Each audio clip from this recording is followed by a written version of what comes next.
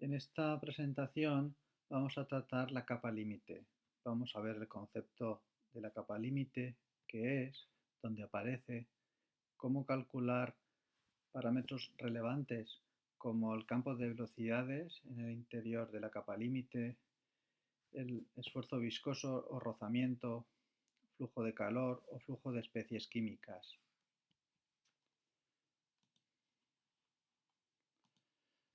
Brevemente vamos a resumir el estado y la evolución de mecánica de fluidos en el siglo XIX.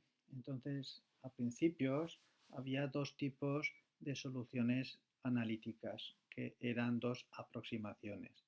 En una de ellas se desprecian las fuerzas de inercia, es decir, el término convectivo.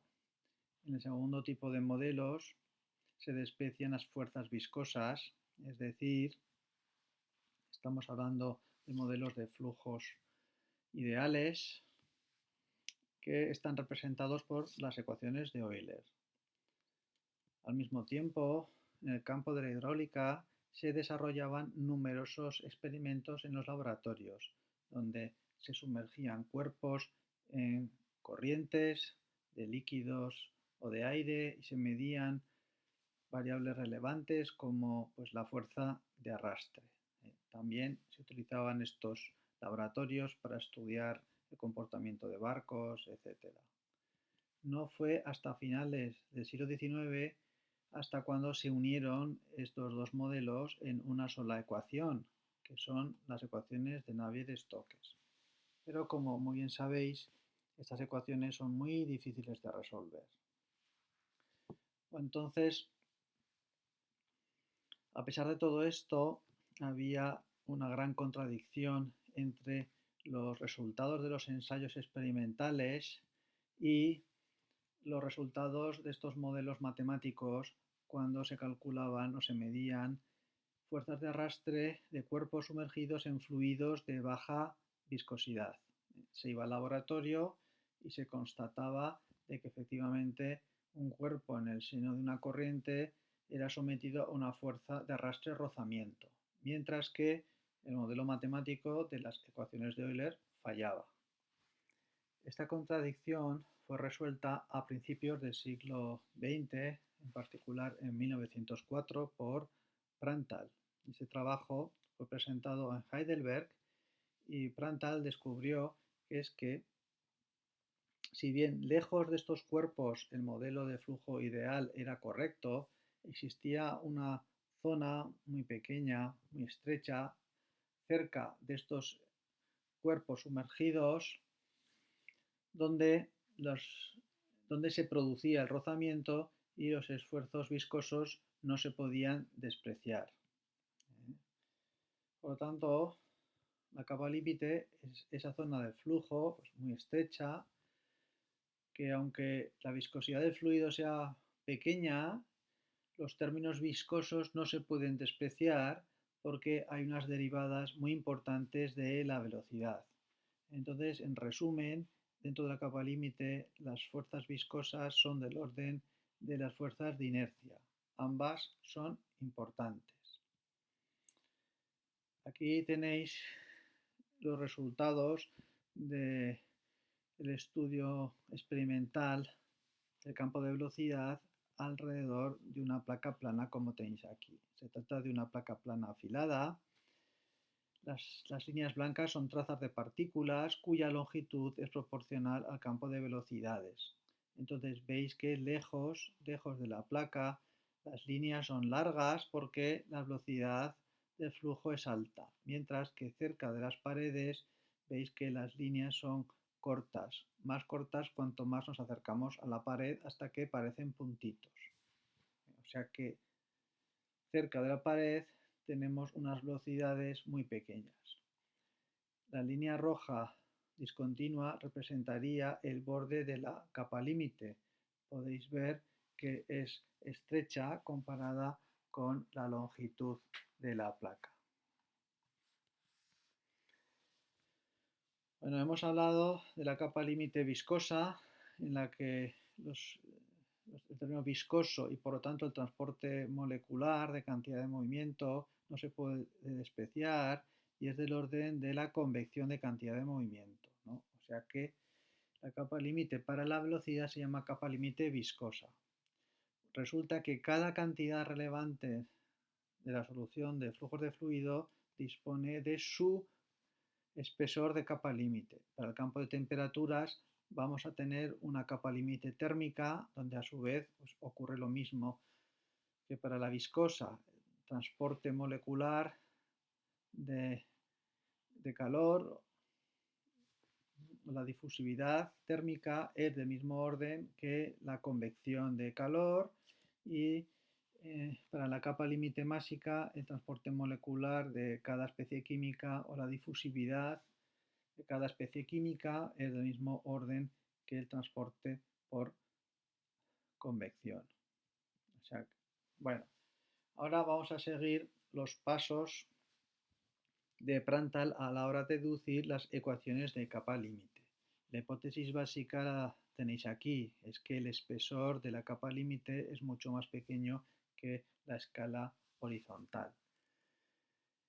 ¿Con qué ecuaciones vamos a representar este flujo en la capa límite? Pues vamos a usar las ecuaciones estacionarias incompresibles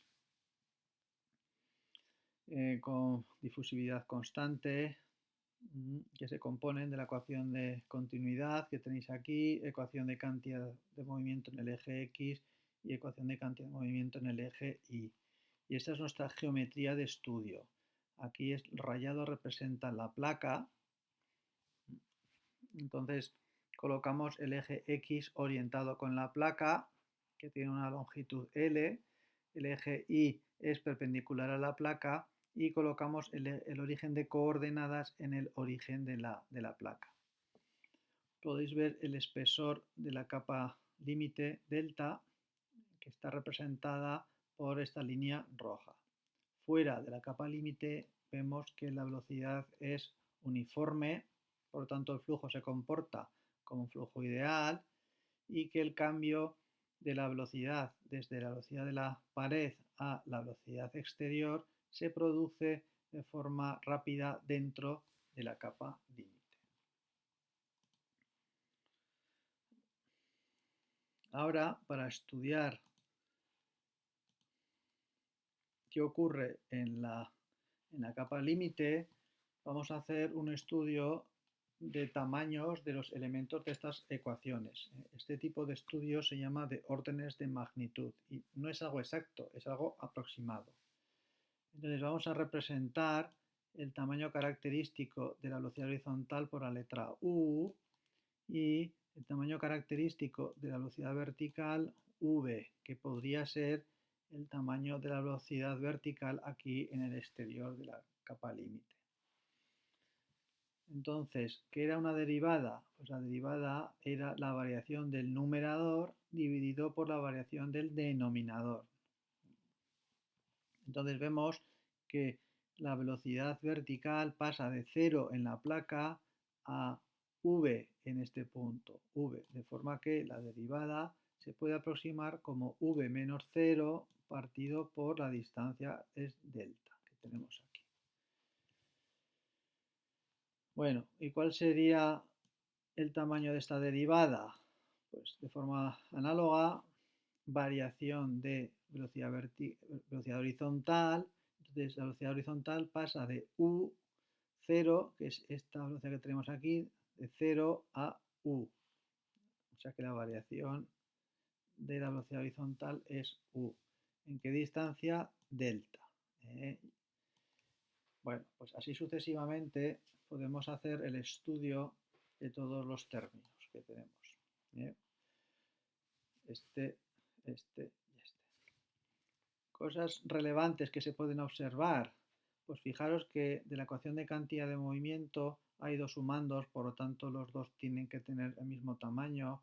Entonces de aquí se puede deducir que el tamaño de la velocidad vertical es aproximadamente delta partido por L por U. O sea que la velocidad característica y las velocidades verticales son mucho más pequeñas que las velocidades horizontales. Con esto en mente, fijaros que podemos ver que los dos términos convectivos son del mismo tamaño, aunque parezcan iguales, o sea, diferentes, son en realidad iguales. Si aquí cogemos y sustituimos v por lo que acabamos de ver, que v es igual a delta partido por L por U, por esta derivada que hemos dicho que era U partido por delta, delta con delta se cancela y veis que el tamaño es el mismo que el del otro término convectivo. ¿Qué pasa con los términos de difusión? Pues lo que pasa que en el último la derivada vertical depende de delta y el derivada horizontal depende de L. Pero hemos dicho que delta es mucho más pequeño que L, con lo cual este lo podemos despreciar. Bueno, otra conclusión a la que se puede llegar es que la ecuación de cantidad de movimiento vertical es la ecuación de cantidad de movimiento horizontal multiplicada por delta partido por h. O sea que estos términos que tenéis aquí, excepto el de gradiente de presión, estos son u cuadrado partido por L por delta partido por h. Bueno, este estudio se puede realizar análogamente para la ecuación de la temperatura, donde ahora tendremos un espesor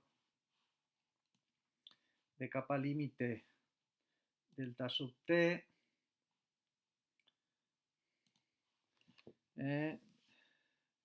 tendremos una capa límite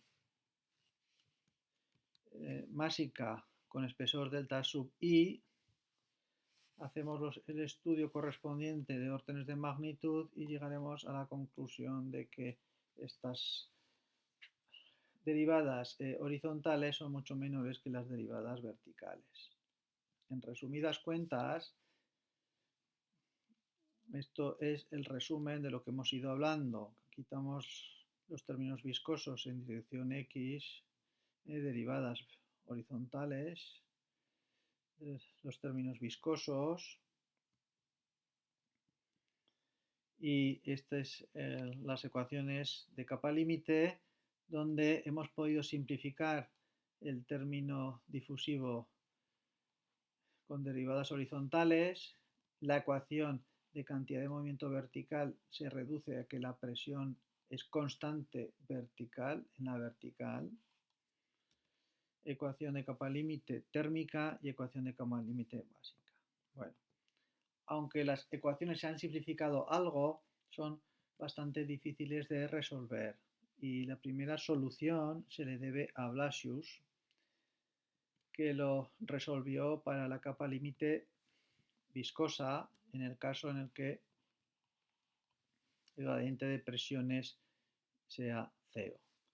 Entonces, fijaros, ahora que una vez que tenemos el campo de velocidades, la ecuación de la temperatura es similar a la de cantidad de movimiento, pero con el coeficiente alfa en vez de la viscosidad cinemática.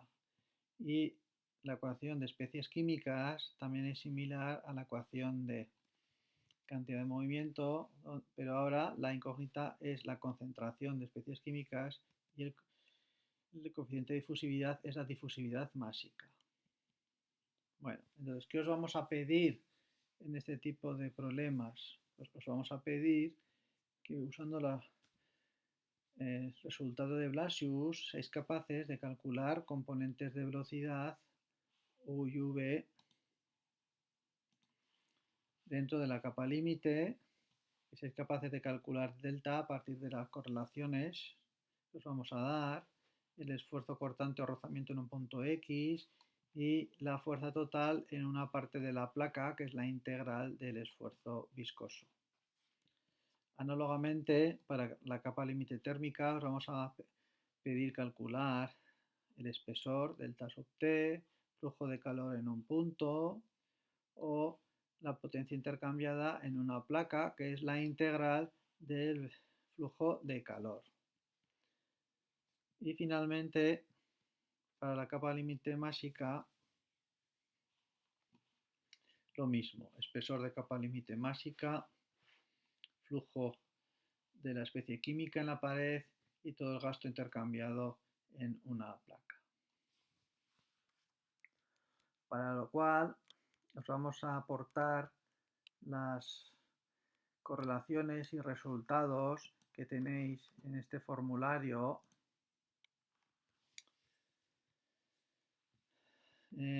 sobre la solución de Blasius en la capa límite laminar. Entonces aquí podéis encontrar correlaciones para la capa límite viscosa, para la capa límite térmica y la capa límite másica. Tenéis correlaciones para el espesor de la capa límite viscosa, espesor de la capa límite térmica en función a su vez de la capa límite viscosa y espesor de capa límite másica. Tenéis correlaciones para el esfuerzo viscoso en un punto y la fuerza en toda la placa, flujo de calor en un punto de la placa y calor total intercambiado en la placa desde el origen hasta la distancia L, y de forma análoga el flujo de la especie química en un punto donde ρ es la densidad del fluido y el gasto másico intercambiado en toda la placa desde el origen hasta el final L. A continuación tenéis la solución de Blasius en forma adimensional, donde tenéis representada la solución f y sus derivadas en función de esta variable eta. Eta es esa distancia a la pared adimensionalizada con estas variables que representan aproximadamente el espesor de la capa límite. De forma que U en un punto xy se calcula como la velocidad exterior por f', que lo tenéis aquí en función de esa coordenada adimensional y la velocidad vertical se calcula en función de f y f' que tenéis aquí.